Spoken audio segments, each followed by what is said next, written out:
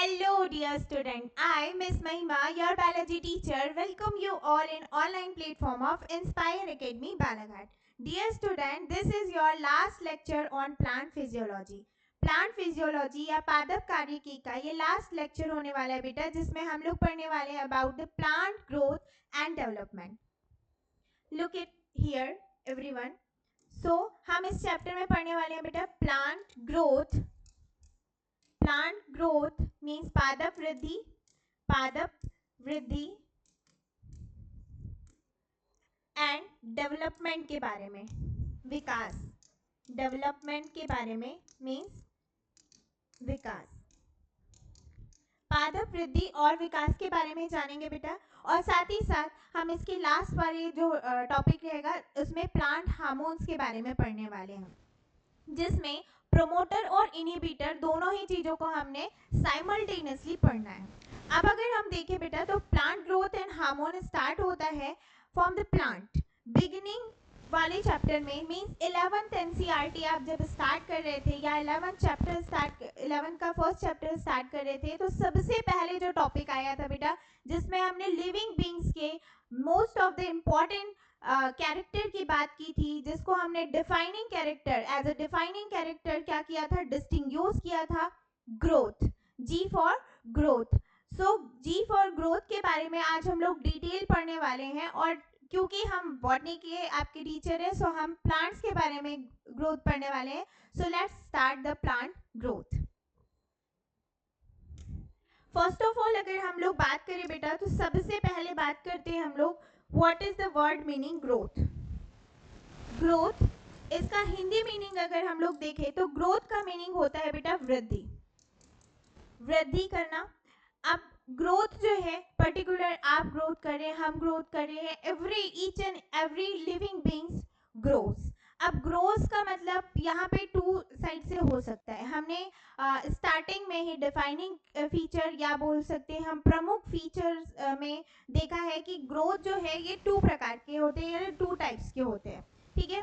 So growth are of how many type, two types. First one is called as intrinsic growth. Intrinsic growth या इसे बोलेंगे हम लोग आंतरिक वृद्धि, आंतरिक वृद्धि. और वहीं दूसरी तरफ बात करें बेटा तो दूसरा टाइप होता है एक्सट्रिंसिक ग्रोथ. दूसरा टाइप क्या होता है बेटा, extrinsic growth. Extrinsic growth means बाह्य वृद्धि. बात कर लेते हैं ग्रोथ की आंतरिक और बाह्य वृद्धि की. वृद्धि, जैसे ही हम प्लांट ग्रोथ की बात करते हैं तो सबसे पहले हमारे माइंड में आता है कि हमें अगर कोई प्लांट उगाना है तो सबसे पहले हम सीड की बात करते हैं. ओके. सो विदाउट सीड हम क्या नहीं फॉर्म कर सकते बेटा, कोई भी प्लांट को हम जर्मिनेट नहीं करवा सकते या प्लांट को ग्रो नहीं करवा सकते. अब दूसरी चीज पे आते हैं कि सीड के अलावा भी हम प्लांट्स को ग्रो करवा सकते हैं, बट हमारे पास एक अदर प्लांट होना चाहिए, तभी ये चीजें पॉसिबल हो पाएगी कि हम लोग ग्राफ्टिंग मेथड आर्टिफिशियली हम लोग ग्रो करवा सकते हैं. बट अगर हम लोग इनिशियल स्टेज देखें या आरंभिक जो प्रावस्था होती है, इसमें सबसे पहली चीज हमें नीडेड होती है, दैट इज द सीड. सबसे पहली चीज हमें क्या नीडेड होगी बेटा, सीड. कोई भी सीड से ही हम किसका निर्माण करेंगे, बीज से ही हम पूरे के पूरे पादप को बनाने वाले हैं, पूरे के पूरे प्लांट को बनाने वाले हैं. तो सबसे पहली बात कि ग्रोथ टू टाइप्स की होती है. इंट्रिंसिक मतलब कि आंतरिक ग्रोथ, जिसे हम लोग प्रोटोप्लाज्मिक ग्रोथ के नाम से भी जानते हैं. किसके नाम से जानते हैं बेटा, प्रोटोप्लाज्मिक ग्रोथ. प्रोटोप्लाज्मिक ग्रोथ क्या होती है, तो यहाँ पे हम लोग बात कर लेते हैं बेटा प्रोटोप्लाज्मिक ग्रोथ की. तो प्रोटोप्लाज्मिक ग्रोथ क्या होती है, ये एक सेल हो गई. सेल के सेंटर वाले पार्ट में यू नो वेरी वेल कि सेंटर में क्या होता है बेटा, न्यूक्लियस होता है, जिसे हम लोग केंद्रक बोलते हैं. इज इट क्लियर, क्या बोलते हैं, केंद्रक बोलते हैं. ठीक है. और ये जो पर्टिकुलर आपको सेल वॉल दिख रही है, ये आउटर साइड में क्या दिख रही है, सेल वॉल दिख रही है. सो सेल वॉल और ये न्यूक्लियस के बीच में जितना भी आपका फ्लूइडी मटेरियल है, this is called as protoplasm. यहाँ पे जितना भी आपका फ्लूइडी मटेरियल है बेटा, this part is called as protoplasm. और यही प्रोटोप्लाज्म जब क्वांटिटी में बढ़ता है, जब प्रोटोप्लाज्म की क्वांटिटी बढ़ती है, सो दिस टाइप ऑफ बोल सकते हैं growth is called as protoplasmic growth, और इसी को हम लोग इंट्रिंसिक ग्रोथ के नाम से जानते हैं। ये मींस मास में बढ़ना, वेट में बढ़ना। ओके, चलिए नेक्स्ट बात करते हैं हम लोग। Second one is the extrinsic growth. Extrinsic growth means होता है बाह्य ग्रोथ। अब ये जो बाह्य ग्रोथ दिख रही है ये आउटर साइड से होती है। आउटर साइड दैट मींस की फॉर एग्जाम्पल कि यहाँ पे हम लोगों ने एक एग्जाम्पल लिया था सैंड ड्यून का।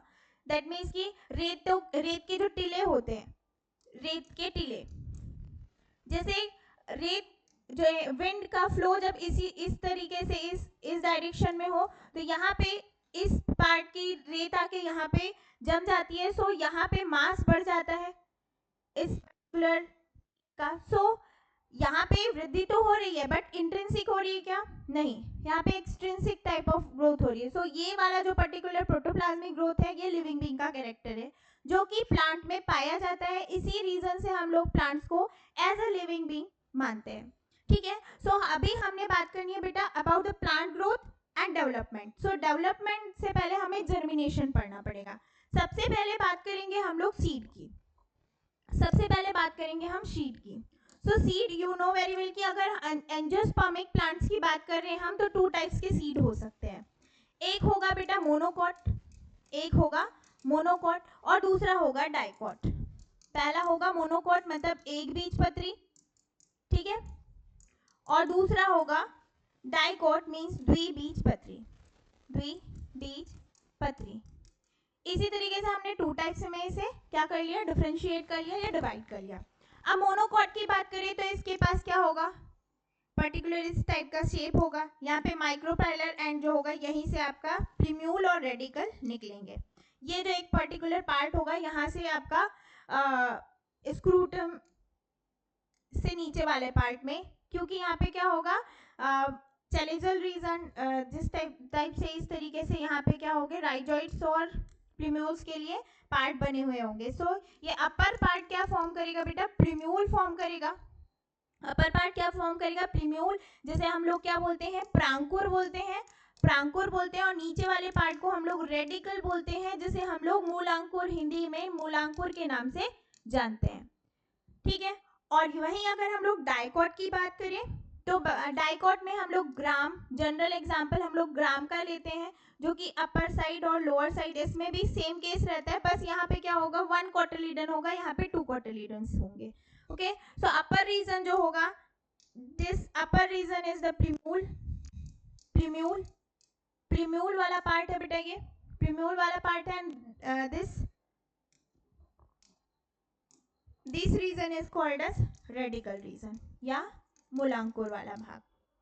ठीक है, सो अगर हम बात करें अब शीट की, तो शीट में 2 पार्ट्स होते हैं, टेस्टा और टैगमेन। ठीक है, टेस्टा और टैगमेन। फॉर एग्जांपल आपने भूंजे हुए चने खाए हैं, सो पर्टिकुलर भूंजे हुए चने में जो ऊपर का छिलका निकल आता है, सो वो एक पार्ट हो गया और उसके अंदर वाला एक पार्ट हो गया। ठीक है, टेस्टा and tegmen are the 2 parts. आप इस तरीके से बिल्कुल इजी वे में आप समझ सकते हैं। सेम एज इट इज आपके हर एक शीट में आपका क्या होगा बेटा, सेम चीजें होगी। जैसे फॉर एग्जांपल कि आप अनार खा रहे हैं, पोमेग्रेनेट, सो अनार के जो दाने होते हैं पर्टिकुलर ऊपर वाले पार्ट में जो आपको पिंकिश कलर का या रेडिश कलर का दिखता है, एक पार्ट हो गया वो, और जो एक वाइट कलर का होता है दैट इज टैगमेन। सो इस तरीके से 2 पार्ट्स में हर एक शीट डिवाइडेड होती है। ठीक है, सो पर्टिकुलर अगर हम लोग बात करें, सो सामने जो अपर वाला पार्ट है वो अलग चीजें बनाते हैं, अंदर वाला पार्ट जो है वो अलग चीजें फॉर्म करता है। इन पर्टिकुलर चीजों में जैसे कॉटिलीडन्स है, तो ये अपने आप में एक पूरी के पूरे प्लांट को बांधे रखते हैं। मींस ये पर्टिकुलर शीट जो है वो पूरा का पूरा एम्ब्रियो है जो कि जर्मिनेट कर सकता है होल प्लांट को। ठीक है, सो यहाँ पे हम लोग जब डेवलपमेंट की बात करते हैं तो पूरा का पूरा शीट पे बेस्ड रहता है कोई भी जर्मिनेशन। ठीक है, या कोई भी प्लांट का डेवलपमेंट जो है वो शीट पे डिपेंडेड होता है, अगर हमारे पास इन केस ऑफ की प्लांट नहीं है तब। क्लियर? अब बात कर लेते हैं बेटा कि ग्रोथ, मेनली ग्रोथ के जो है इंपॉर्टेंट कैरेक्टर क्या है, ग्रोथ या वृद्धि। सो हम जब भी ग्रोथ की बात करेंगे या वृद्धि की बात करेंगे तो ये क्या होगी, इरिवर्सिबल प्रोसेस होगी। क्या होगी, इरिवर्सिबल। इरिवर्सिबल प्रोसेस मीन्स क्या होता है कि ये दोबारा से फॉर एग्जाम्पल कि हम बड़े हो गए तो अब हम छोटे हो सकते हैं क्या? No. So reversible process that means कि जो कि पर्टिकुलर अगर हम लोग देखें तो इस टाइप से चल सकते हैं हम. ये है आपका पर्टिकुलर बिस्किट या डो बोल सकते हैं हम. सो अगर हमने डो के बहुत सारे छोटे छोटे टुकड़े करे हैं, सो अगर हम चाहें तो उसके बड़े टुकड़े भी कर सकते हैं, छोटे टुकड़े भी कर सकते हैं. सो ये रिवर्सिबल प्रोसेस हो सकती है. बट इन केस कि हम लोग ग्रोथ कर लिए, एक बार हम लोग बड़े हो गए तो छोटे नहीं हो सकते. ठीक है. So this is the irreversible process. So first growth is a irreversible. Second one की बात करें हम तो प्रोटोप्लाज्मिक ग्रोथ करते हैं. और जो प्रोटोप्लाज्मिक ग्रोथ होता है वही एक रियल ग्रोथ माना जाता है, या बोला जाए कि जो लिविंग बीइंग का जो मेन कैरेक्टर होता है वो क्या होता है? प्रोटोप्लाज्मिक ग्रोथ होता है. ठीक है. सो हम बोल सकते हैं protoplasmic growth is a main growth. Protoplasmic growth is a main growth. Clear है बेटा? प्रोटोप्लाज्म क्या होता है? यू नो वेरी वेल, हमने यहाँ पे ही डिस्कस किया था. Look at this cell.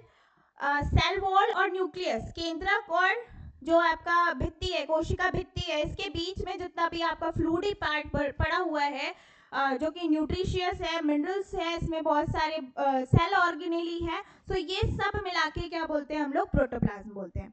इनका नंबर बढ़ना that is called as protoplasmic growth.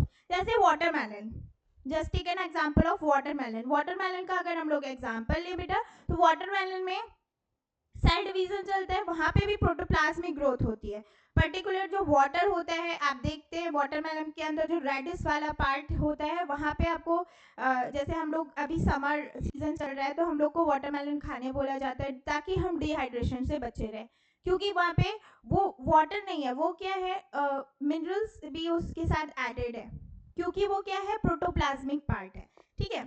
So commonly हम लोग अगर 4 लीटर पानी पी रहे हो और अगर इन केस की अगर हम लोग ने 1 वाटरमेलन पूरा का पूरा ईट कर लिया है, सो वो एक सेम काम करता है, क्योंकि वो क्या है? प्रोटोप्लाज्म के फॉर्म में, और वाटर जो है हम लोग ले रहे हैं वो एक बोला जाए तो कम लेस न्यूट्रिएंट रखता है कंपैरिजन टू वाटरमेलन. सो अगर हम लोग देखें तो प्रोटोप्लाज्म का प्रोटोप्लाज्मिक ग्रोथ या मास में जो इंक्रीमेंट दिखता है वो हम लोग एग्जांपल ले सकते हैं किसका? वाटरमेलन का. और आपकी एनसीईआरटी भी इसे रिकमेंड करती है. ठीक है बेटा. यहाँ पे अगर हम लोग देखें तो सेल प्रोटोप्लाज्मिक ग्रोथ जो हो रही है वो क्या हो रही है? इंट्रासेल्यूलर हो रही है. क्या हो रही है बेटा? इंट्रासेल्यूलर. इंट्रासेल्यूलर ग्रोथ को ही हम लोग क्या बोलते हैं? Main growth. इंट्रा मतलब अंदर की तरफ. अब यहाँ पे एक्स्ट्रा सेल्यूलर ग्रोथ जो होती है वो एक्स्ट्रा सेल्यूलर ग्रोथ को हम लोग मानते नहीं है एज अ ग्रोथ. या जैसे take an example of cuticle. Leaf के ऊपर एक क्यूटिकल की परत बनी होती है, वो टोटली डेड होती है. वो किस लिए होती है? ताकि हम लोग वाटर का जो एक्सेस लॉस होता है उसको कम करने के लिए बनी होती है cuticle. So that is the extra cellular growth. ठीक है. वो वैक्स के फॉर्म में भी हम बोल सकते हैं, या रबर के फॉर्म में जो प्लांट क्या कर देते हैं? एक्सेल आउट कर देते हैं हम अपनी बॉडी से. ठीक है. तो इंट्रासेल्यूलर ग्रोथ को ही हम मेन ग्रोथ बोलेंगे. ग्रोथ इरिवर्सिबल है, प्रोटोप्लाज्मिक ग्रोथ को ही हम मेन ग्रोथ कंसीडर करते हैं. अगर हम लोग देखें बेटा तो यहाँ पे ग्रोथ किस पे डिपेंडेंट होती है? 2 प्रोसेसेस पे डिपेंड होती है, एनाबॉलिज्म और कैटाबॉलिज्म. ये 2 प्रोसेस जो है ये मेन इंपॉर्टेंट रोल प्ले करती है. एनाबॉलिज्म मीन्स बनना, कैटाबॉलिज्म मीन्स टूटना. हमेशा एनाबॉलिज्म ज़्यादा होता है कैटाबॉलिज्म के कंपैरिजन में. क्यों? और होना ही चाहिए, क्योंकि क्या होगा? अगर बनने से ज़्यादा चीज़ें टूटेगी तो हमें उतना फ़ायदा नहीं होगा. फॉर एग्जाम्पल कि हम लोग फैट स्टोर करते हैं हमारी बॉडी के अंदर, फैट स्टोर हो ही ना और डायरेक्टली टूटता चला जाए, एनर्जी हम लोग यूज करते जाए, so it is harmful for human being. जैसे आप लोग सुनते होंगे कि कई पर्सन जो होते हैं वो फैट बर्निंग के लिए या आपका स्टमक में जो आपका जो फैट स्टोर हो जाता है उसके लिए क्या लेते हैं? मेडिसिन लेते हैं, एक्स्ट्रा पिल्स लेते हैं, या एक्स्ट्रा डाइट वो ऐड करते हैं. सो एट द सिचुएशन उन्हें हार्मफुल इफेक्ट देखने को मिलते हैं कि हम कम टाइम में उसे क्या करना चाहते हैं? पूरी तरीके से डिसॉल्व करना चाहते हैं. बट ऐसा पॉसिबल हो पाता है क्या? पॉसिबल भी हो जाए, लेकिन आपके बॉडी में साइड इफेक्ट्स आते हैं, ठीक है। सो ये कुछ इस तरीके से होता है। सो एनाबॉलिक जो प्रोसेस होती है वो हमेशा ग्रेटर देन होती है कैटाबॉलिक प्रोसेस। बाकी दोनों प्रोसेस हमारी बॉडी के अंदर चलते रहती है, same as it is plants की बॉडी के अंदर भी चलते रहती है। जैसे कि हम लोगों ने रेस्पिरेशन, फोटोसिंथेसिस दोनों को डिटेल में पढ़ा है। अगर आपने वो लेक्चर नहीं देखा है तो कमेंट सेक्शन में कमेंट्स कर सकते हैं कि लिंक प्रोवाइड कर दीजिए, या ऑलरेडी आप प्लेलिस्ट में जाएंगे बेटा पीएनएसटी एमपीपीएनएसटी 2024-25 तो आपको वहां पे अवेलेबल हो जाएगी। Okay, now moving to next point. अगर हम लोग देखें बेटा, सो पर्टिकुलर अगर हम देखें तो मॉर्फोलॉजिकली अगर ऑर्गेनाइजेशन इन फ्लावरिंग प्लांट अगर क्या हो रही है, बढ़ रही है, from where those structure arise. जैसे फॉर एग्जांपल अगर हम लोग बात करें पर्टिकुलर प्लांट की, तो प्लांट पहले क्या होता है, एक छोटा सा पर्टिकुलर स्ट्रक्चर है, कुछ इस तरीके से रहता है, ठीक है, प्रिम्यूल और रेडिकल। ये धीरे धीरे करके क्या होता है, ग्रोथ होती है इसमें, और ये कुछ इस तरीके से क्या करता है, ग्रो करता है, और ये पर्टिकुलर ग्रो ही करता जाता है इस तरीके से। सो ये जो आपको पर्टिकुलर इंक्रीमेंट दिख रहा है, इस तरीके से ये जो इंक्रीज हो रहा है, सो जो आप ट्री देख रहे हैं या प्लांट देख रहे हैं, सो वो टू पार्ट्स में हम लोग बाइफरकेट कर सकते हैं, या तो हाइट में बढ़ेगा या तो ग्रिथ में बढ़ेगा। ग्रिथ मतलब मोटाई, हाइट मतलब लंबाई, या तो उसमें लीव्स हमें ज्यादा देखने को मिलेंगी, फ्लावर्स, फ्रूट। तो ये जो पर्टिकुलर है ग्रिथ और हाइट, ये हम लोग बोल सकते हैं प्राइमरी स्टेज में, और यहाँ पे लीव्स हो गया, फ्लावर्स हो गए, लीव्स भी आपका प्राइमरी इसमें आ जाएगा, फ्लावर्स हो गए, फ्रूट्स हो गए, ये सेकेंडरी पार्ट में हम लोग मेंशन कर सकते हैं, कंसीडर कर सकते हैं। सो अगर हम लोग देखें हाइट एंड ग्रिथ जो है ये कंटिन्यू टू ग्रो है over a period of time. Okay, हम इसे भी ग्रोथ के इसमें रिकमेंड कर सकते हैं। लीव्स, फ्लावर, फ्रूट लिमिटेड इन डायमेंशन होता है, particular appear and fall periodically and sometime repeatedly. Means ये जो पर्टिकुलर लीफ हो गई, आपके फ्लावर्स हो गए, फ्रूट हो गए, पर्टिकुलर ये एक टाइम पीरियड के बाद ही ये स्टार्ट होते हैं ग्रो करना, और ये सर्टेन इंटरवल ऑफ टाइम के लिए रहते हैं और उसी के बाद फॉल डाउन हो जाते हैं। जैसे कुछ लीव्स आई कुछ इंटरवल ऑफ टाइम के बाद, जैसे फोटोसिंथेसिस का उनका प्रोसेस हुआ, मैच्योर लीव्स क्या होती है, फॉल डाउन हो जाती है येलो कलर में कन्वर्ट होके। बट क्या ऐसा स्टेम करती है? नहीं, वो हाइट में भी बढ़ती है, साथ ही साथ ग्रिथ भी बढ़ाती है। तो हाइट में जो बढ़े वो प्राइमरी, और जो ग्रिथ में बढ़े वो हो गया सेकेंडरी। सो पर्टिकुलर अगर हम लोग देखें बेटा तो हम ये दोनों ही चीजों को एज अ ग्रोथ कंसीडर करेंगे, ठीक है। अब बात करते हैं हम लोग कि किस तरीके से डेवलपमेंट होते हैं। सो डेवलपमेंट टू पार्ट्स में होंगे बेटा, एक तो डिफरेंशिएशन और ग्रोथ। ग्रोथ में हमने वही कंसीडर कर लिया कि हाइट, मास, वेट, इस तरीके से ये ग्रोथ इंक्रीज हो गई। डिफरेंशिएशन मतलब हम अगर देखते हैं कि पर्टिकुलर बर्ड्स आएंगी, फिर उसके बाद बर्ड्स वो फ्लावर्स में कन्वर्ट होगी, फ्लावर से वो फ्रूट में कन्वर्ट होगी, सो this is the part of differentiation. और उसके बाद आपके ब्रांचिंग सिस्टम बढ़ेगी, साथ ही साथ ग्रिथ में और ज्यादा क्या होगा, इंक्रीमेंट होगा। So this are the part of differentiation. Factor controlling this is intrinsic, extrinsic, both. ये आपका एनसीईआरटी में डायग्राम मेंशन है बेटा, आप बिल्कुल ध्यान से देखें। देखिए कुछ इस तरीके से दिया हुआ है आपको, यहाँ पे जो है पर्टिकुलर ये शीट है, शीट के अंदर कोटिलीडन्स दिए हुए हैं। हाइपोकोटाइल आपको रीजन दिख रहा है बेटा, जो हाइपोकोटाइल रीजन है वो रेडिकल को फॉर्म कर रहा है और नीचे की तरफ आ रहा है। ये सॉइल लाइन है, यहाँ से जैसे ही देखिए कुछ फैक्टर्स रिस्पॉन्सिबल होते हैं जर्मिनेशन के लिए, जर्मिनेशन एंड सीडलिंग। देखो जर्मिनेशन और स्प्राउट्स बनना ये दोनों ही अलग प्रोसेस है, बिल्कुल डिफरेंट प्रोसेस है। बिल्कुल ध्यान से सुनिएगा क्या बोल रहे हैं हम लोग। जर्मिनेशन और स्प्राउट फॉर्मेशन मतलब अंकुरण, ठीक है। और जो पर्टिकुलर अगर आप लोग देखें तो घर पे अगर हमें क्या करना रहता है, हमें स्प्राउट्स बनाने रहते हैं तो हम लोग रात में चने भिगोने रख देते हैं, ठीक है। चने भिगोने रख दिए हमने, पर्टिकुलर उसके लिए हमें क्या चाहिए, हम मॉइस्चर दे रहे हैं क्या उसे? नो, मॉइस्चर नहीं दे रहे हैं हम, क्या डायरेक्ट डाल रहे हैं उसमें, वाटर डाल रहे हैं। हम सॉइल डाल रहे हैं क्या? सॉइल एसेंशियल है क्या? सॉइल उससे बिल्कुल भी एसेंशियल नहीं है।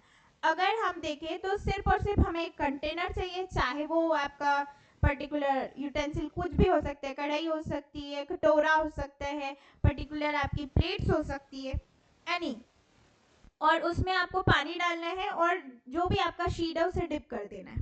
पर्टिकुलर आप देखते होंगे कि जैसे अगर हम लोग कंपेयर करें चने के और मटर के जो दाने हैं वो सेम इंटरवल ऑफ टाइम में क्या नहीं होते, स्वेल अप नहीं होते। अगर हम लोग चने को फूलने रखें या मटर को फूलने रखें सेम टाइम में, बट सबसे पहले क्या होंगे, चने फूल जाएंगे लेकिन मटर नहीं फूल पाएंगे। क्यों? क्योंकि इनका माइक्रोपाइलर एंड जो होता है मिट्टी का, वो क्या होता है, बहुत छोटा होता है और उस कारण से क्या होता है, ये वाटर को एब्जॉर्ब नहीं कर पाते जल्दी। ठीक है, वहीं अगर हम लोग चने की बात करें यानी ग्राम की बात करें तो उनके पास माइक्रोपाइलर एंड जो होता है वो ब्रॉड होता है, उसकी वजह से वो जल्दी से उसे सोक कर लेते हैं और ऐसे जर्मिनेशन मतलब स्प्राउट्स निकल आते हैं। अब देखो, बट इसमें भी दो कंडीशन है। हमने वाटर दिया, ठीक है, हमने यहाँ पे कोई एक्स्ट्रा चीजें ऐड नहीं करी है, ताकि जो एक्स्ट्रा चीजें होती है वो सिर्फ और सिर्फ जर्मिनेशन के लिए हेल्पफुल होती है। जैसे स्प्राउट है फॉर एग्जांपल, कि हम लोगों ने एक दिन डिप करके रख दिया वाटर में, दूसरे दिन भी हमने डिप करके रख दिया, तीसरे दिन उससे बहुत ज्यादा गंदी स्मेल आने लगेगी, साथ ही साथ जो स्प्राउट्स आए हुए भी होंगे वो भी डिस्ट्रॉय हो जाएंगे। क्या प्लांट उग पाएगा वहां पे? नो, क्योंकि क्या होगा, सॉइल वहां पे नहीं है, मेजर न्यूट्रिएंट वहां पे नहीं है। और जर्मिनेशन के लिए जो सीड को चाहिए वो होता है सबसे ज्यादा क्वांटिटी में फॉस्फोरस, पी। किसकी जरूरत होती है बेटा? फॉस्फोरस की जरूरत होती है। एक्चुअली आपका चैप्टर जो है मिनरल न्यूट्रिशन वो हटा दिया गया है, बट प्लांट फिजियोलॉजी में अगर हम लोग देखें तो जो आपका सॉल्यूशन वाला चैप्टर है जिसमें मिनरल्स के बारे में, मैक्रो और माइक्रो न्यूट्रिएंट्स के बारे में बताया गया है, वो आपका रिड्यूस हो चुका है। लेकिन अगर आप जो मेन कैरेक्टर है वो आपको अभी भी लर्न करने हैं, क्योंकि ये सभी पार्ट को कोरिलेट करते हैं। तो जो जर्मिनेशन के लिए एसेंशियल है, जर्मिनेशन के लिए कौन सी चीज एसेंशियल है, तो वो है फॉस्फोरस। ठीक है, जर्मिनेशन के लिए क्या चीजें एसेंशियल है बेटा, क्या चीजें जरूरी है? फॉस्फोरस जरूरी है, पी जरूरी है। ठीक है, सो अगर हम लोग बात करें तो स्प्राउट जो है पर्टिकुलर हम लोग अगर देखें तो स्प्राउट फॉर्मेशन के लिए हमें क्या चाहिए? वाटर चाहिए। ठीक है, दूसरी चीज हमें सनलाइट की जरूरत नहीं है, एसेंशियल ही नहीं है। सनलाइट की तब जरूरत पड़ेगी जब वो क्या करेगा? फोटोसिंथेसिस करेगा। लेकिन जो स्प्राउट्स होते हैं वो आपने जनरली देखा होगा व्हाइट इन कलर होते हैं, बिल्कुल व्हाइट होते हैं। तो क्यों? क्योंकि उसमें ल्यूकोप्लास्ट होता है, क्लोरोप्लास्ट नहीं होता है। ल्यूकोप्लास्ट के कारण क्या होता है, जो स्प्राउट्स होते हैं वो किस कलर के होते हैं बेटा? व्हाइट कलर के होते हैं, है ना। बिल्कुल नोट डाउन कर लीजिए, जो भी इंपॉर्टेंट लग रहा है आप बिल्कुल लिखते चलिए, पेन नहीं रुकनी चाहिए, आप बिल्कुल हर चीजें सुनते चलिए और लिखते भी चलिए साथ ही साथ। ठीक है, स्प्राउट जो होते हैं व्हाइट कलर के होते हैं ल्यूकोप्लास्ट की वजह से, क्योंकि अभी उसे सनलाइट नहीं मिली है। सनलाइट के जैसे ही हम एक्सपोज कर दे रहे हैं उसे, सनलाइट के सामने रख दे रहे हैं, तब उसमें धीरे धीरे ग्रीन कलर आना स्टार्ट हो जाता है। ठीक है, और वो जो पर्टिकुलर शीट है शिडलिंग में कन्वर्ट हो जाते हैं। सो अगर हम लोग देखें तो ये जो है ये शीट है।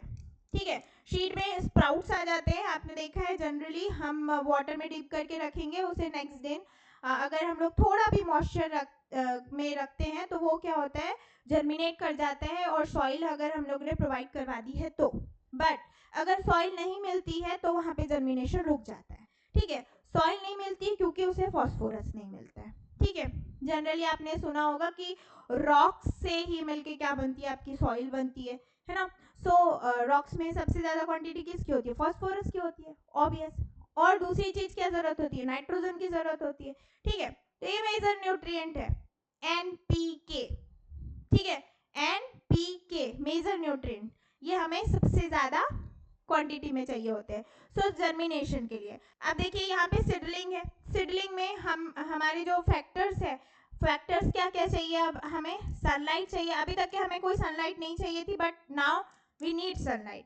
वाटर तो ऑलरेडी हमें चाहिए था, बट अभी हमें क्या चाहिए? वाटर नहीं चाहिए, अभी हमें मॉइस्चर चाहिए, नमी चाहिए। क्या चाहिए? मॉइस्चर चाहिए, नमी चाहिए। ठीक है, उसके बाद आपको टेम्परेचर चाहिए। ठीक है, टेम्परेचर प्रॉपर अमाउंट में चाहिए। अब ऐसा भी नहीं आप टेम्परेचर बोले इसे नमी चाहिए, तो अब अगर हम लोग फ्रीजर में डाल दें तो फ्रीजर में भी जर्मिनेशन नहीं हो पाएगा, एज इट इज पोजीशन में वो क्या हो जाएगा? फ्रीज हो जाएगा, उसी रेस्टिंग स्टेज में चले जाएंगे। मतलब आपका जो सेल होगा वो G0 फेज में चले जाएगा, और G0 फेज में चले जाएगा तो फिर वो सेल डिवाइड ही नहीं होगी, ऑब्वियस। ठीक है, सो यहाँ पे बिल्कुल ध्यान से देखिए कि टेम्परेचर एक मिनिमम क्वांटिटी में चाहिए, ना ही ज़्यादा एक्सपोजर चाहिए कि सनलाइट में ही रख दो, तो सनलाइट में रख देंगे तो उसकी नमी उड़ जाएंगी और नमी उड़ जाएगी तो वो जर्मिनेट नहीं कर पाएगी। सो इसीलिए आपने देखा होगा कि जैसे सीड होते हैं, सो हम लोग जैसे 12th क्लास का एक टॉपिक है बेटा जिसमें हम लोग स्टोरेज मैनेजमेंट पढ़ते हैं कि किस तरीके से सीड को हम लोग स्टोर करके रखें, या आप लोगों ने पर्टिकुलर 9th क्लास में भी पढ़ा होगा फूड इम्प्रूवमेंट में, जो हम लोग स्टॉक मैनेजमेंट करते हैं कि पर्टिकुलर शीट हो जाती है, बन जाती है, उसके बाद हम लोग स्टॉक के रूप में उसे रखा जाता है ताकि वो नेक्स्ट रेनी सीजन तक के लिए बची रहे। तो उसके लिए एक पाउडर आता है, पाउडर को उसमें डाल दिया जाता है। पहले पुराने टाइम में क्या होता है, एंशिएंट टेक्निक यूज की जाती थी, नीम के पत्ते डाल दें या ऐश राख जो होती थी, मतलब बाकी चीज़ों को जो भी पर्टिकुलर है जला दिया जाता है और वो जो ऐश बच जाता है, क्योंकि बाकी चीज़ें ऐश क्या होता है, सिर्फ और सिर्फ क्या होता है, उसमें कार्बन डाइऑक्साइड की क्वांटिटी नहीं होती है, कार्बन हाइड्रोजन ऑक्सीजन क्या हो जाता है, बिल्कुल वैनिश हो जाता है, बाकी ऐश बचा हुआ रहता है। तो उस ऐश को क्या कर दिया जाता है, मिक्स कर दिया जाता है ताकि वो वहाँ पे जर्मिनेट ना हो, और जैसे ही आपका रेनी सीजन आता है और मॉइस्चर गेन कर लेती है सीड, तो जर्मिनेशन प्रोसेस स्टार्ट हो जाती है। ओके, सो कंटिन्यू मैनर में चले हम, तो सबसे पहले आपका शीड जैसे ही वो प्रिम्यूल और रेडिकल में निकला, यहाँ पे जर्मिनेशन होगा बेटा, it will converted into seedlings, और सीडलिंग्स के बाद आप देखिए एपिकोटाइल हुक दिख रहा है, एपिकोटाइल हाइपोकोटाइल, एपिकोटाइल मतलब कॉटिलीडन के ऊपर वाला साइड, ये डाइकोटिलीडन्स की बात की जा रही है। सो यहाँ पे माइक्रोपेलर एंड के ऊपर वाला रीजन जो है एपिकोटाइल फॉर्म करेगा जो कि प्रिम्यूल्स बनाएगा, और नीचे हाइपोकोटाइल जो है वो रेडिकल फॉर्म करेंगी, ठीक है। और जैसे एपिकोटाइल हाइपोकोटाइल क्या होगा, डिफरेंशिएट होगा बेटा, और ये पर्टिकुलर लीफ का फॉर्म कर लेगा आपका जो एपिकोटाइल है, और यहाँ पे रूट हेयर्स के फॉर्मेशन कर लेंगे आपके hypocotyl region, that is the radicle, ठीक है। और लास्ट में यहाँ पे क्या हो जाएगा, रूट कैप। तो कुछ इस तरीके से आपका डिफरेंशिएशन प्रोसेस होती है। नाउ ग्रोथ, अगर आपको नोट्स बनाने हैं सो पर्टिकुलर ग्रोथ की डेफिनेशन लिख लीजिए बेटा। Growth is an irreversible permanent increase in the organ or its part or even of an individual cell, एक इरिवर्सिबल या परमानेंट चेंज है जिसमें इंक्रीज होता है मास का, साइज का, या पार्ट्स बोल सकते हैं हम, ठीक है। Accomplish by both catabolic and anabolic process, दोनों ही प्रोसेस उसके अंदर चलती रहेगी। For example expansion of leaf, जैसे कि एक्सपांसन ऑफ लीफ कैसे होगा बेटा, तो आपने देखा है पहले किसी भी प्लांट में बड आती है, ठीक है, एक्सिलरी बड जैसे हम लोग बोलते हैं, एक्सिलरी बड, और दूसरी कौन सी आती है बेटा, एपिकल बड। दो टाइप्स की बड होती है, और ये इसमें छोटी सी पहले लीफ अराइज होती है, फिर उसके बाद धीरे धीरे ये क्या होता है, साइज में इंक्रीमेंट आता है इसका कुछ इस तरीके से, और फिर ये बड़ी लीफ में कन्वर्ट हो जाती है। So this is called as expansion of leaf, पहले छोटी, फिर उससे बड़ी, फिर उससे बड़ी, ठीक है। Okay, now plant growth and indeterminate, plant growth जो होती है वो इनडिटरमिनेट होती है, मतलब अनलिमिटेड होती है और थ्रू आउट द लाइफ होती है। हम लोग के जो पर्टिकुलर ह्यूमन बींग्स की अगर बोले तो एक पर्टिकुलर टाइम तक के ही हमें डेवलपमेंट चलता है, मीन्स डेवलपमेंट बोल रहे, ग्रोथ चलती है, डेवलपमेंट तो all over time life span चल रहा है, बट जो पर्टिकुलर अगर प्लांट्स की बात करें तो वो इनडिटरमाइंड होती है, मतलब कि अनिश्चित होती है। अगर हम पर्टिकुलर देखें तो ट्री में अगर हम ब्रांच लाना चाहें तो उसके एपिकल वाले रीजन को हम लोग क्या कर देते, काट देते, ताकि वो क्या करे, लेटरल उसमें ब्रांचिंग पैटर्न आ जाए। सो वहां से वहाँ ब्रांचिंग सिस्टम स्टार्ट हो जाती है और वहां से वो ग्रोथ करना स्टार्ट कर देता है। Okay, so this is the unlimited and throughout the life growth जो होती है वो यूनिक है प्लांट्स में due to the presence of meristem at a certain location. अच्छा, अगर मैं बात करूं बेटा तो प्लांट्स में क्यों है ग्रोथ, क्या बोल सकते हैं हम, क्यों ग्रोथ है इनडिटरमाइंड, तो उसका रीजन ये है, there are lots of tissues, है ना, टिश्यू या ऊतक पाए जाते हैं इसमें, जिनके बहुत ही इंपॉर्टेंट वर्क है। टिश्यू कितने टाइप्स के होते हैं? तो 2 टाइप्स के टिश्यू होते हैं प्लांट्स में। पहला होता है मेरिस्टेमेटिक टिश्यू, मेरिस्टेमेटिक टिश्यू, और दूसरा टिश्यू होता है बेटा सॉरी, पहला है मेरिस्टेमेटिक टिश्यू और दूसरा जो है वो है परमानेंट टिश्यू। परमानेंट टिश्यू, पहला है मेरिस्टेमेटिक, दूसरा है परमानेंट। सो मेरिस्टेमेटिक टिश्यू जो है बेटा विभज्योतक ऊतक, सो ये जो विभज्योतक ऊतक है इसके होते हैं 3 टाइप्स। कितने टाइप्स होते हैं बेटा? 3 टाइप्स। ये जो है ये continue through out the life क्या करते रहता है? डिवाइड करते रहता है। ठीक है, पहला जो टाइप है इसे बोला जाता है एपिकल मेरिस्टेम। क्या बोला जाता है? Apical meristem. मतलब ये शीर्षस्थ वाले पार्ट पे रहता है। मतलब फॉर एग्जांपल प्लांट बना दे रहे हैं, ये जो प्लांट है, ये प्लांट है, इसके ये रूट एपेक्स और शूट एपेक्स पे रहेगा बेटा। ये है एपिकल रीजन, एपेक्स और शूट और रूट दोनों एपेक्स पे रहेगा।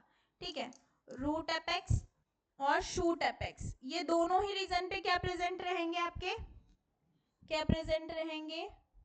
Apical meristem. Yes, shoot apical meristem, shoot apical meristem, and this one is root apical meristem. Root apical meristem, root apical meristem। Clear? और वहीं अगर नेक्स्ट की बात करें तो ये फर्स्ट हो गया। Second one is the intercalary meristem. Second one is the intercalary meristem. Intercalary meristem means जो नोड वाला रीजन होता है बेटा, यहाँ पे ये इंटरकैलरी मेरिस्टेम पाया जाता है जो कि छूट जाता है। देखिए इस तरीके से ये है intercalary meristem. This one is called as intercalary meristem. और इन्हीं की वजह से हम जो ब्रांचिंग सिस्टम देखने को मिलता है या नोड वाला रीजन देखने को मिलता है जहां से फ्लावर, लीफ, फ्रूट का फॉर्मेशन होता है, ब्रांचिंग सिस्टम आता है। So this is all due to intercalary meristem. और लास्ट वाला जो टॉपिक है बेटा, या लास्ट वाला जो टाइप है मेरिस्टेम का, ये है लेटरल मेरिस्टेम। ये जो है ये सेकेंडरी टाइप में आता है, लेटरल मेरिस्टेम। जो लेटरल मेरिस्टेम होता है इसका जो मेन फंक्शन है, अगर हम लोग बात करें जो लेटरल मेरिस्टेम, तो ये सेकेंडरी ग्रोथ को क्या करता है? स्टार्टिंग स्टेज है ये लेटरल मेरिस्टेम जो है, ये सेकेंडरी कैरेक्टर को मींस ग्रिथ जो मोटाई है उसको बढ़ाने में हेल्प करता है। ठीक है, सो जो आपका इनडिटरमाइंड प्लांट ग्रोथ है, it is due to meristematic tissue, विभज्योतक ऊतक के कारण। परमानेंट टिश्यू के कारण नहीं है। परमानेंट टिश्यू क्या होता है? एक सर्टेन इंटरवल ऑफ टाइम के लिए बढ़ते हैं बेटा, सेल डिवाइड करेंगे एंड आफ्टर दैट ये क्या कर देंगे? Stop, they stop dividing. But meristematic tissue की बात करें हम, तो meristematic tissue continuously life time क्या करते रहते हैं? बढ़ते रहते हैं। इवन प्लांट मैच्योर हो जाता है तब भी वहां पे छोटी छोटी से आपने देखा होगा लीफ अराइज होती है। So this is the part of meristematic tissue. Okay, so now cell here have the capacity to divide and cell perpetuate, produce बोल सकते हैं या closes capacity to divide and make the plant body, new cell always being added and open form of growth। जो इसीलिए हमने क्या बोल दिया? plant growth is indeterminate। इसके बाद अगर हम लोग देखें बेटा तो मेरिस्टेम जो है, ये अभी मैंने आपको बताया कि 2 टाइप्स के होते हैं, रूट एपिकल और शूट एपिकल। यहाँ पे ये जो है does primary growth in plants. जो रूट एपिकल और शूट एपिकल मेरिस्टेम होते हैं, ये दोनों ही प्राइमरी ग्रोथ परफॉर्म करते हैं और ये contribute to plant elongation along their axis. Axis के अलोंग ये ग्रोथ करने में, मतलब जो पर्टिकुलर रूट और शूट और रूट देखें तो शूट सिस्टम हाइट में और रूट सिस्टम जो होता है वो आपके डीप इनसाइड द अर्थ जाके उसको पर्टिकुलर क्या करता है? इरेक्ट रखने के लिए रिस्पॉन्सिबल होता है। नाउ सेकेंडरी मेरिस्टेम जो होता है बेटा, secondary meristem in life of plant, ये तीन चीजें काम करते हैं। पहली तो लेटरल मेरिस्टेम का फॉर्मेशन करते हैं, दूसरा चीज वेस्कुलर कैम्बियम का फॉर्मेशन करते हैं। वेस्कुलर कैम्बियम मींस क्या, जाइलम और फ्लोएम,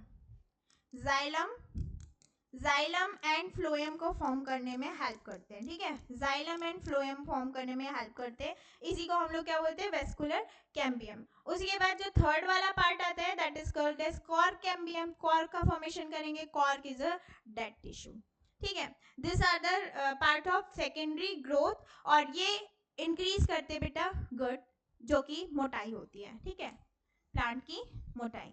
अच्छा, कमेंट सेक्शन में बताएं कि प्लांट्स की ग्रोथ को या प्लांट की एज को हम लोग कैसे क्या करते हैं, चेक करते हैं। ओके, कमेंट सेक्शन में बताइए अगर आपको पता है तो, और नहीं पता है तो भी आप कमेंट सेक्शन में कमेंट कर सकते हैं कि मैम नहीं पता है, तो I will explain you in the next video. Okay, so growth is measurable. Growth क्या है, मेजरेबल है, ऐसा आपकी एनसीईआरटी बोलती है।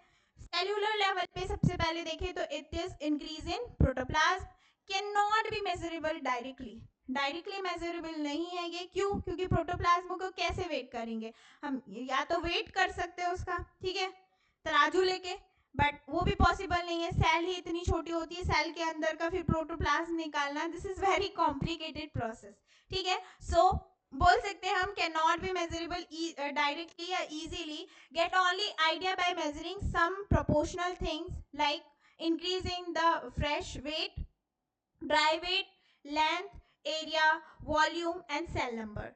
This is all given in your NCERT. So note down कर लीजिए कि कैसे हम लोग मेजर करेंगे। पहली चीज increase in fresh weight, दूसरी चीज dry weight, तीसरी चीज length, चौथी चीज एरिया, पांचवी चीज वॉल्यूम, और छठवीं चीज है बेटा सेल नंबर। सो ये 6 बेसिक हम बोल सकते हैं डायमेंशन के अकॉर्डिंग हम लोग क्या करेंगे, मेजर कर सकते हैं किसको, ग्रोथ को। ये एग्जांपल आपके एनसीईआरटी में दिया हुआ है बेटा, that 1 means rose apical meristem cannot give rise to 17,500 new cell per hours। और ये जो पर्टिकुलर दिख रहा है ये जो है वाटरमेलन में, जैसे कि अभी एग्जांपल बताया था मैंने बेटा कि cell in the watermelon increase in size up to 3,50,000 times, much more than this 17,500 new cell.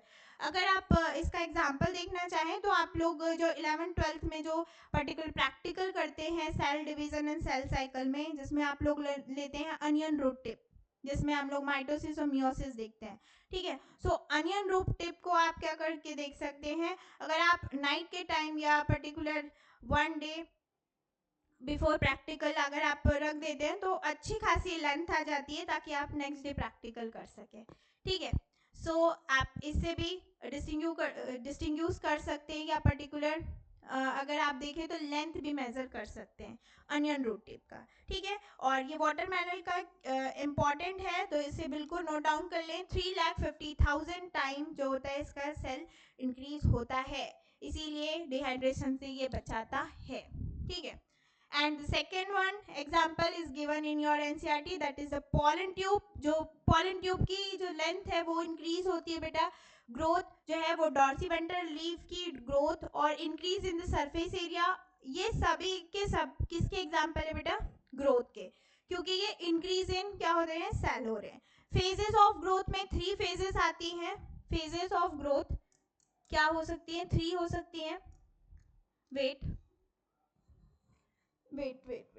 let me tell you phases of growth में हम लोग 3 पार्ट्स में हम लोग मेजर कर सकते हैं। पहला जो है मेरिस्टेमेटिक ग्रोथ फेज, मेरिस्टेमेटिक।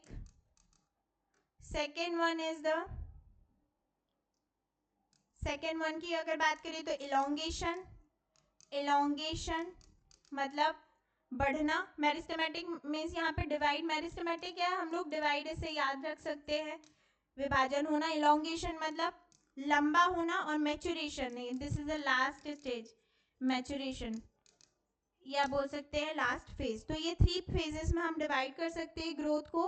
पहली मेरिस्टेमेटिक ग्रोथ जो है वो constantly dividing to the root and shoot apex, ये जो होती है बेटा सेल रिच इन प्रोटोप्लाज्म और have large conspicuous nuclei, cell wall होगी प्राइमरी थिन होगी, सेलुलोसिक होगी, एबंडेंट प्रोटोप्लाज्मेटल कनेक्शंस होंगे, क्योंकि क्या होता है स्टार्टिंग में जो होता है ऑक्सीन की वजह से ग्रोथ होती है, और जनरली अगर हम देखें तो बहुत सारे न्यूट्रिएंट अवेलेबल होते हैं, तो वहाँ से वो क्या करते हैं फटाफट से एब्जॉर्ब करके पर्टिकुलर प्लांट्स पे लगा देते हैं। सो ये जो पर्टिकुलर मेरिस्टेमेटिक एक्टिविटी होती है वो सबसे स्टार्टिंग में होती है, उसके बाद जैसे ही वो प्रॉपरली न्यूट्रिएंट एब्जॉर्ब कर लेते हैं बेटा, धीरे से इलोंगेशन की प्रोसेस होती है। ये जो आप तीनों फेजेस याद रख सकते हैं वो रूट के डिफरेंशिएशन से आप लर्न रख सकते हैं, जैसे हम लोगों ने रूट के 4 फेजेस लर्न किए थे मॉर्फोलॉजी में। ठीक है बेटा, zone of maturation, zone of elongation, zone of cell division, meristematic activity, इस तरीके से आप लोग 3 फेजेस, वहां पे 4 थे, यहाँ पे आपको 3 फेजेस लर्न करने हैं। ठीक है, elongation it is just away from the tip से थोड़े से दूर पे स्टार्ट होती है, और इंक्रीज इन वैक्यूलेशन, मतलब वैक्यूल का जो साइज होता है वो बड़ा होता है, इसीलिए क्या होता है सेल का जो शेप होता है वो elongate होता है। न्यू सेल फॉर्म होती है, सेल वॉल डिकम्पोजिशन होता है, मतलब जो पहले सेल्यूलोसिक थी अब वो धीरे धीरे थिक होने लगती है, जैसे कि आपने देखा होगा जो एक छोटी सी लीफ होती है, जब प्लांट क्या होता है स्टार्टिंग स्टेज होती है जब प्लांट्स की, तो वहां पे लीफ क्या होती है एकदम कॉली कॉली होती है, एकदम बहुत ज्यादा लाइट इज ग्रीन कलर की, और जैसे जैसे प्लांट मैच्योर होते जाते हैं वैसे वैसे वो डार्क ग्रीन कलर में कन्वर्ट होते रहती है। ठीक है बेटा, so this are the example कि हम उसी से समझ सकते हैं कि उसमें डिपोजिशन होने वाला है। ठीक है, लाइट ग्रीन से डार्क ग्रीन में कन्वर्जन। मैच्योरेशन में क्या होता है मोर प्रॉक्सिमल होता है, सेल जो होती है वो मैक्सिमल साइज अचीव कर लेती है in the term of wall thickening and protoplasmic modification, और सभी सेल में ये चीजें आती है। ये जो 3 फेजेस ऑफ लाइफ है, हम लोग भी बोल सकते हैं कि हमारा जो है जो हम लोग क्या बोल सकते हैं बेबी वाला जो है इन्फेंट वाला स्टेज, उसके बाद टीनेज और द लास्ट वन। ठीक है, so this is all about development, growth and development. और अब जो पर्टिकुलर आपके एनसीईआरटी में दिया हुआ है बेटा ग्रोथ रेट के बारे में, तो इससे बिल्कुल डायग्रामेटिक रिप्रेजेंटेशन आप देख लें। arithmetic growth, geometric growth and stage during the embryo development showing geometry and arithmetic phase। so इसमें आप लोग बिल्कुल इस चीजों को लर्न कर ले, देख लें कि पर्टिकुलर एक सेल से यहाँ पे 2 सेल्स फॉर्म हो रही है, और फिर ये जो पर्टिकुलर सेल है मदर सेल, ये एक से फिर से 2 सेल फॉर्म करी, बट ये जैसी की वैसी आपकी नेक्स्ट लेवल पे आ रही है। तो ये जो इस तरीके का ग्राफ होता है ये अरिथमेटिक होता है। जियोमेट्रिक ग्रोथ की अगर बात करें तो ये equal participation of each and every cell होता है, जैसे फॉर एग्जांपल कि अमीबा की सेल है तो 1 सेल से वहां पे 2 सेल बनेंगी, वो 2 सेल फिर अनदर 2 सेल फॉर्म करेगी, मींस 2 से 4, इस तरीके से यहाँ पे क्या होगा पर्टिकुलर डिवीजन होगा। बट अगर हम वहीं जाइगोट की बात करें तो zygote you know very well 2n होता है, 2n डिप्लॉयड सेल होती है, ये क्या करती है म्यूसिस करेगी 4 सेल में, ये जियोमेट्रिक फेज होती है, ऑल सेल डिवाइड्स, और यहाँ पे लास्ट में अगर हम देखें तो फिर से यही अरिथमेटिक फेज क्या होती है, एक सेल जो होती है वो कैपेबल होती है डिवीजन के लिए, और बाकी सभी सेल क्या कर देती है लॉस ऑफ डिवीजन कैपेसिटी। सो यहाँ पे हम बोल सकते हैं कि कुछ सेल जो है वो पर्टिकुलर एक्टिवली पार्टिसिपेशन कर रही है सेल डिवीजन में, और कुछ सेल एट रेस्ट पोजिशन पे हो जाती है ताकि वो उस कैपेसिटी को बरकरार रख सके। सो यहाँ पे अगर हम लोग देखें बेटा तो ग्राफ का प्रॉपर जो है आपको इसमें अगर पीएनएसटी की बात करें तो यहाँ पे प्रॉपर ग्राफ का डिस्टिंग्यूशन नहीं है। इसके बाद जो हम लोग पढ़ने वाले हैं that is the plant hormone. So हम लोग प्लांट हार्मोन लेके आएंगे नेक्स्ट क्लास में बेटा। Hope you enjoy my lecture. कोई भी आपको क्वेरी आती है इस टॉपिक से रिलेटेड या प्रीवियस टॉपिक से रिलेटेड, प्लीज कमेंट सेक्शन में मुझे बताएं, और लेक्चर अच्छा लगा हो तो लाइक शेयर और सब्सक्राइब करें, शेयर करें to those who need it. Thank you so much for watching. Thank you.